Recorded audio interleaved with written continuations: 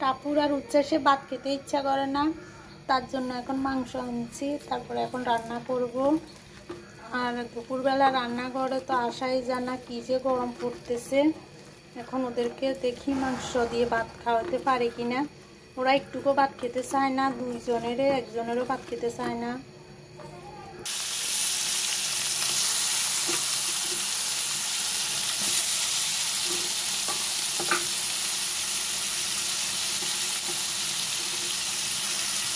আমি জিরের গুঁড়ি দিতে ভুলে গেছি, জিরের গুঁড়ি দিয়ে দিই। এখন বলতেছে মা বিরিয়ানি রান্না করো। এখন হঠাৎ করে কীভাবে রান্না করি, তাই মাংসের ভিতরে দিয়ে দিলাম চাউল, পোলাও চাউল দিয়ে এখন কোনোরকম বলছে যে ওরা একটুকু ভাত খেতে চায় না জ্বরের কারণে।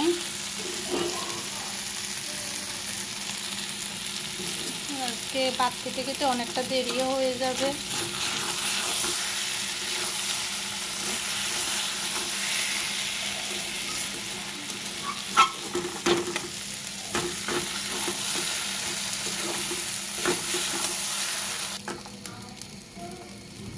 ওদের দুজনে হলে হয়েছে, হঠাৎ করে এখন রান্না করতেছি,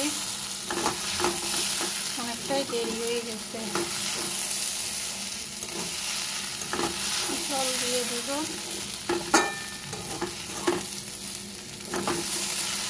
আমার কাছে সবচেয়ে কড়াইতে করে রান্না করতে ভালো লাগে।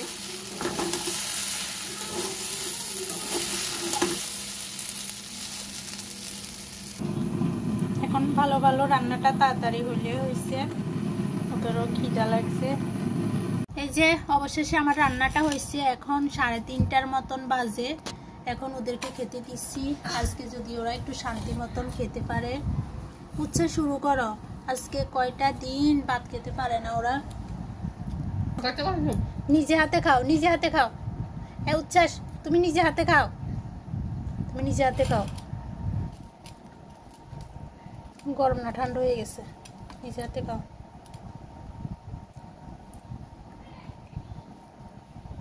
এই যে এখন আমি আর মা ভাত নিয়ে বসছি। এখানে কাসকি মাছ ভাজি করছি একদম। এই কাসকি মাছ ভাজিটা আমার খুব পছন্দের।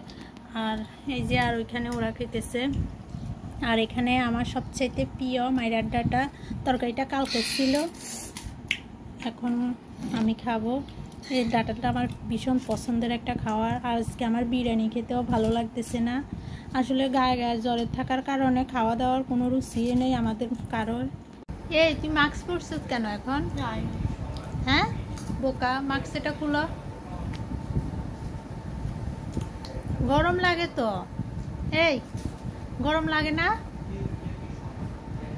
এটা খুল।